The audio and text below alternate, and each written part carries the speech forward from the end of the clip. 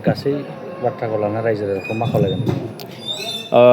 एबारनि बिटिसि बिसायख'थियाव जों इउपिपिएल हिसाबै गाव हारसिङैनो जों गसंदों आरो 40टा सिटआव जोङो बिजाथि होदों आरो बे 40टा सिटनि गेजेराव जों गासैखौबो नायबाय आङो सेन्ट्रेल स्टेडियाम कमिटियाव बिबानगिरि हिसाबै थानानै फारफ्रोमबो जोंनि इउपिपिएलनिनो जै मै जानानै दङ। बेयाव सोरबा हानजा आसामनि नेशनेल पार्टि बा नोङो स्टेट पार्टि बिनि जेबो गोहोम गोग्लैगोन बादिखौ आं नुवाखै।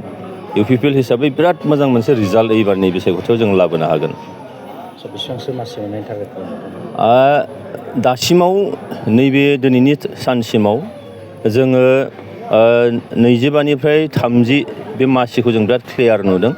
एसे नैबे जिखिनि 9 दिन 10 दिन सम दङ बेखिनियाव आरोबाव माखासे सिटआ निस्सय फैबावनो हागौ। जों जायगा नुनो मोन्दों दाङाबाजि जानाय, बेखौ लानानै मा खालामो? बे दाङाबाजियाथ' जोंनि फारसेनिफ्राय जायाखै।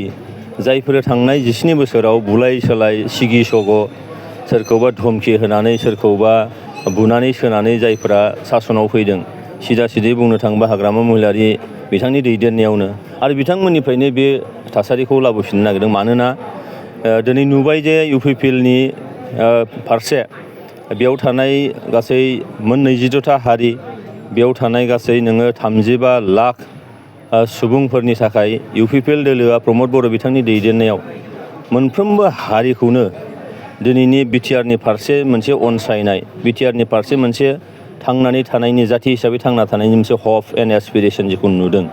बिनि थाखाय दिनै जाथि जनगोष्ठि गासैबो धोरोम बोरोन सायख'आ जासे प्रमद बर' दैदेननाय इउपिपिएल सोरखारखौ मदद होनो आवगायबोदों, भट होनो आवगायबोदों। जेनगोनखौ नुनानै दिनै बिथांमोना खाब्रायदों आरो बे गोजाम जिखिनि बिथांमोननि जायखौ बिथांमोना मावबोबाय थाखादों, दसे समनि थाखाय बिथांमोना हयथ' सिखोमानानै दोनदोंमोन, नेरसोनानै दोनदों, बेखौनो आरोबाव लाबोफिनदों। बे मोनसे लास्ट नाजास्रानाय।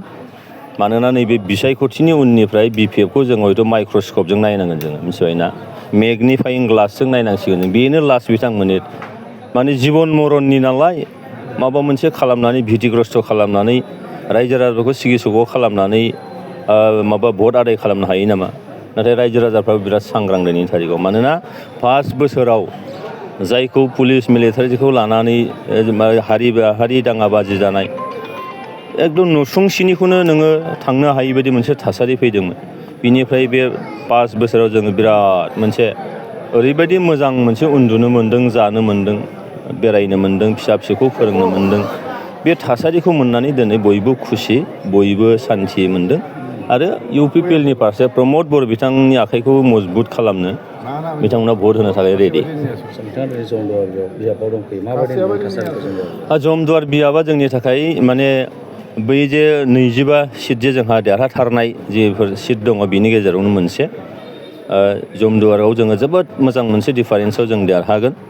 बेयाव जोंहा बिजाथियाबो रायजो राजाफोरनि मोनसे अनसायजानाय, रायजो राजाफोरजों मोजां मोनजानाय सासे बिजाथि आरो बिजाथिजों लोगोसे जोंहा प्रमद बर' बिथांनि जिखिनि थांनाय बे 5 बोसोराव इउपिपिएल मडेल अफ पलिटिक्सजोंबो जे एफा मोजां समाज जौगानायनि थाखाय, हारि माहारिखौ फोजौखांनो थाखाय जिखौ खामानि मावनो हायो, बे गासैखौ बाथ्राखौ नायनानैनो दिनैहाय इउपिपिएलनि फारसे रायजो राजाफ्रा मोनसे आंग्रिखांनाय फैदों, मोनसे अनसायनाय फैदों।